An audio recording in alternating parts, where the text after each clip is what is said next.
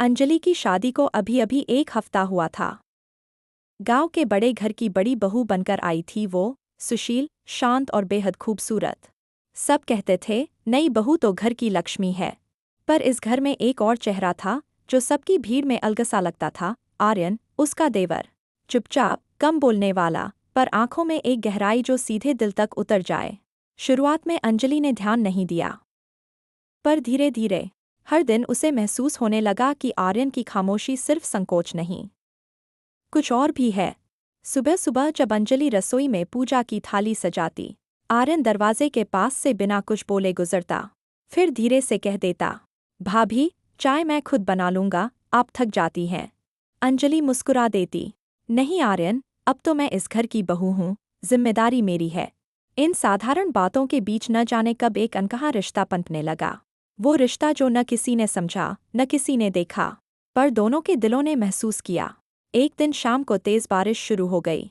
घर के सब लोग किसी शादी में बाहर गए हुए थे। अंजलि छत पर कपड़े समेटने गई तो फिसल गई। उससे पहले कि वो गिरे, पीछे से किसी ने उसे थाम लिया। आर्यन था। भाभी, आप ठीक हैं? उसने घबराकर पूछा। अंजलि का दिल जोरों से धड़क रहा था। बारिश की बूंदें उनके बीच गिर रही थीं, और हवा में एक अजीब सी गर्माहट थी। अंजलि ने धीरे से कहा, मैं ठीक हूँ, पर उसकी आवाज़ में काँप थी। दोनों कुछ पल वहीं खड़े रहे, जैसे वक्त थम गया हो, जैसे आसमान भी उनके बीच कुछ कह रहा हो। फिर अंजलि ने खुद को संभाला और अंदर चली गई। पर उस रात उसे नींद नहीं आई। क्यों? क्योंकि जब भी उसने आंखें बंद कीं, बारिश और आर्यन की आंखें सामने आ जातीं। दिल की अनकही बात। समय बीतता गया। अंजलि ने खुद को समझाने की कोशिश की, ये गलत है, मैं उसकी भाभी हूँ। पर भावनाएं किसी नियम की मोहताज नहीं होती। वो हर सुबह आर्यन की आवाज़ सुनने का इंतज़ार करने लगी। वो चाहती थी कि वो कुछ कहे, बस एक शब्द। एक दिन उसने आर्यन से पूछा, तुम इतने चुप क्यों रहते हो? आर्यन ने जवाब दिया, कुछ बातें अगर बोल दी जाए तो रिश्ते टूट जाते हैं। अंजलि चौंक गई।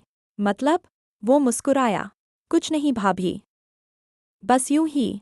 पर दोनों जानते थे कि ये कुछ नहीं में बहुत कुछ छिपा है।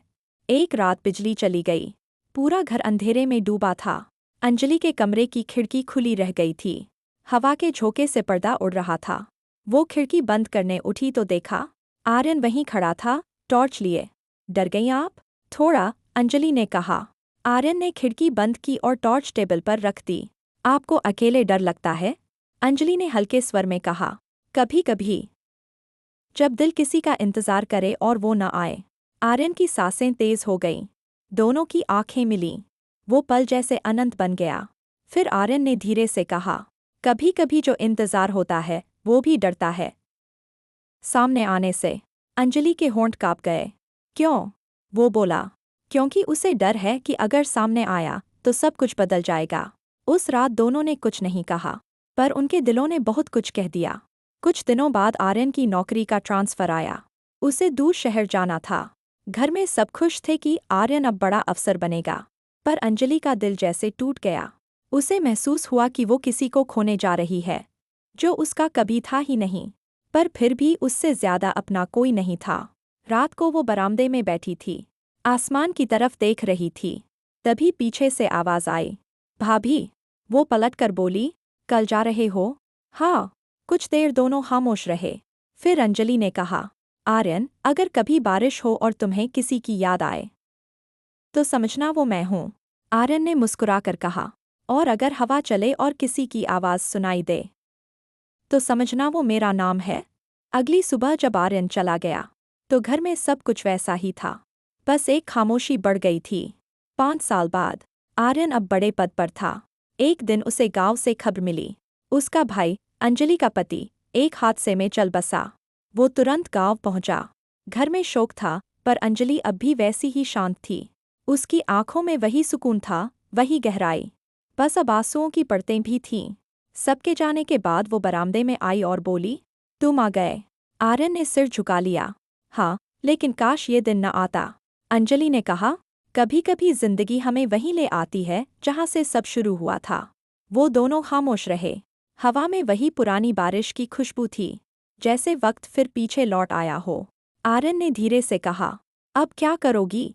शायद अब अपने आप को जीना सीखूंगी। वो मुस्कुराया। और अगर जिंदगी फिर से मौका दे तो